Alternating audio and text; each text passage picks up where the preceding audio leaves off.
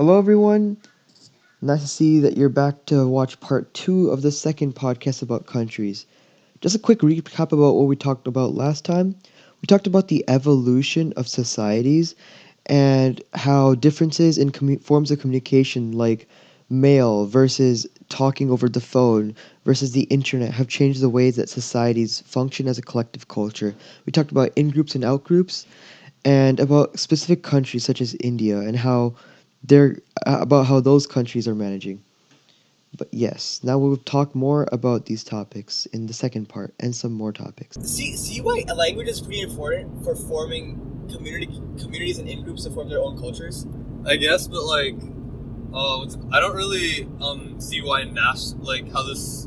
I don't really understand what's so interesting about nationalism in particular, in Like relation to it's this. interesting how big countries can get and how small other countries are, right? Like you look at countries like Russia. How do people in Russia from one side of Russia to the other side of Russia still have a common culture and stay together as one country? Like that always blew my mind just looking at the map, how it could be unified that big. Yeah, that's actually a fairly good point. Especially back before the advent of internet and Yeah, modern right? technology. I don't understand how they so many people just unanimously agreed oh, this is should just be our leader. That's actually really interesting. But the thing is that even though Russia is really big in terms of landmass, it's actually not the biggest in terms of population, right? That's India and China, right? I think the real question should be how are those countries able to? How is everyone in China able to be unified under Xi Jinping? You know? Oh, China was very interesting. So you know how the main languages in China are Cantonese and Mandarin? Mandarin, yeah. Yeah, right? So back then, what allowed China to be unified is the creation of a writing system. You know how most writing systems are based on syllables? We write English based on kind of how the words sound, right? Right. The letter A usually makes some type of sound, right? Right. The K makes a k sound. Yeah. But in Chinese, the writing system is it's just a bunch of random symbols. And everyone, no matter how you pronounce that symbol, everyone in China will be able to understand it. Huh. So no matter how differently people start pronouncing those words, there's this one leader in China, I forgot his name. He started enforcing that writing system upon everyone. So no matter how differently the villagers spoke, all they had to do was enforce that writing system, just put it everywhere, teach it to people, and that way they could unite the entire country.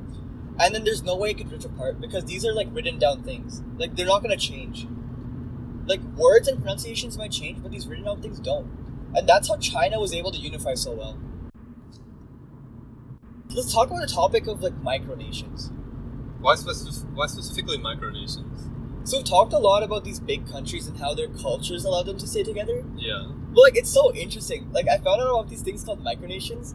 They're basically puny places that are considered their own countries. Yeah, I mean I've heard of them. I think one of the more interesting examples that comes to mind is this micronation called Liverland. Have you heard of it? Yeah. So the concept of Liverland is essentially there was this one guy, I think he's from a Danish country or Finland. He essentially took a piece of land between Serbia and Croatia that was undeclared and declared it his own nation because no one had claimed it. And he was basically I'm declaring this my own country and all the citizens here, they don't have to pay taxes. It's so good. What a guy, actually. So let's say I were to earn money in the United States and send it over to a bank to Liverland or something. Would I still be charged taxes or something? How would that work? Well, I'm not sure. That's kind of interesting. Right? Yeah. Or what if big company just started hosting Google just put their headquarters in Liverland? Liverland, right? Liverland is such a cool hack. Oh, there's also the country of Molossia, which is right here in Nevada. Really, right here in Nevada. Yeah, we're 3 hours away in Sac. Sac is 3 hours away from this micronation. How exactly did a country form in Nevada? Dude, it's so interesting. If you go on their website, they have a whole history tab. I was looking at their YouTube videos, people visiting Molossia. It's so interesting. It's this one guy who's the commander of the country. He's the leader. He dresses up all nicely. His wife is the queen. His daughters are the princesses. Oh. And the currency of the country is tied to cookie dough. Cookie dough, really? Yeah. Huh. So cool. So if I were to show up there with a bunch of cookie dough, how many grams or pounds of cookie dough would I have to get like 100 Molossian dollars? Well, I mean, you would cause a lot of inflation for the country, Huh. right? So I think the more you bring, the less it would be worth. So would they just kick me out because they don't want to be like inflated? just bring like 10 truckloads of cookie dough to dough, the just- small nation. Just get completely just dejected. They have their own prison, their own everything, their own bank. It's so cool. How does it function?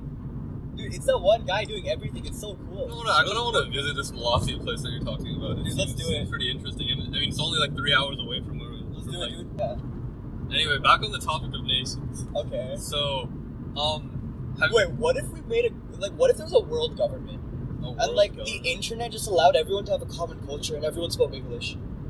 Why does it have to be English though? Why can't it be Because like? English is already the most common one. Like, But it's also computers and one of the stuff- most inefficient languages we really Yeah, think it about, is. The only good thing about English is a lack of conjugation.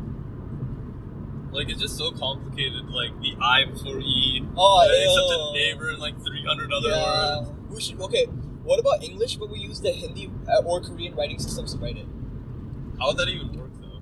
Like, okay, so the Korean and Hindi writing systems, they work by having like actual sounds attributed to every character. So we can just do that and just like write out English words, but let's spell them out in Korean or Hindi. And just unite the world and make a world government. Have a common culture against the aliens. Well, I mean, this topic isn't really to push your own political agenda, Himanshu. Just saying. Vote Himanshu 2070 Oh my god. for world president. Oh my god. Wait, why 2070? Why not now, huh? You're not ambitious enough. Because I'm trying to get into med school here, dude. It's a long process. Really? By the time you're 70, you think you'll be done with this? Dude, that's the time I'll pay off student debt. Oh my god. Give me some You time. know what country is very interesting on how it was like formed? Australia. You know how Australia was formed? Oh. Like what happened was like the British basically dumped all their prisoners on that one island, and then because there are so many people there, that just became its own country. Oh. It's so good. Like what other nation was formed that way? Like literally, it's literally a nation of prisoners if you think about it. Yeah. Huh. And then other people trying to be here. Yeah, we're really cool because we have a bunch of different types of cultures interacting and forming this common culture. I mean, I guess, but you could say that about that's slowly happening to the rest of the world with like hyper globalization. Oh yeah, it is. Hopefully one day it just gets so extreme that the whole world is just like so diverse that we just form a common culture, and like the internet is really helping through that.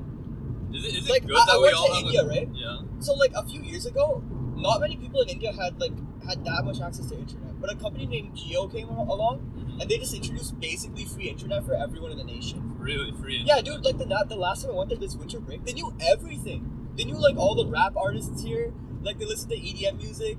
They knew all the memes that are going on here. They knew more American movies than I do. I was actually shook. That's actually really impressive. They watch Netflix more than like Americans, dude. Like they know everything. So like that's uniting the world a lot. Hopefully, world government, elect me. Well, that's all the time we had today. I actually have to go now, but it was very interesting having this conversation with you. Yes. Next time, after October 10th, we'll have a new one prepared. All right. Okay. See you guys. That was today's podcast. Hope you enjoyed. Bye.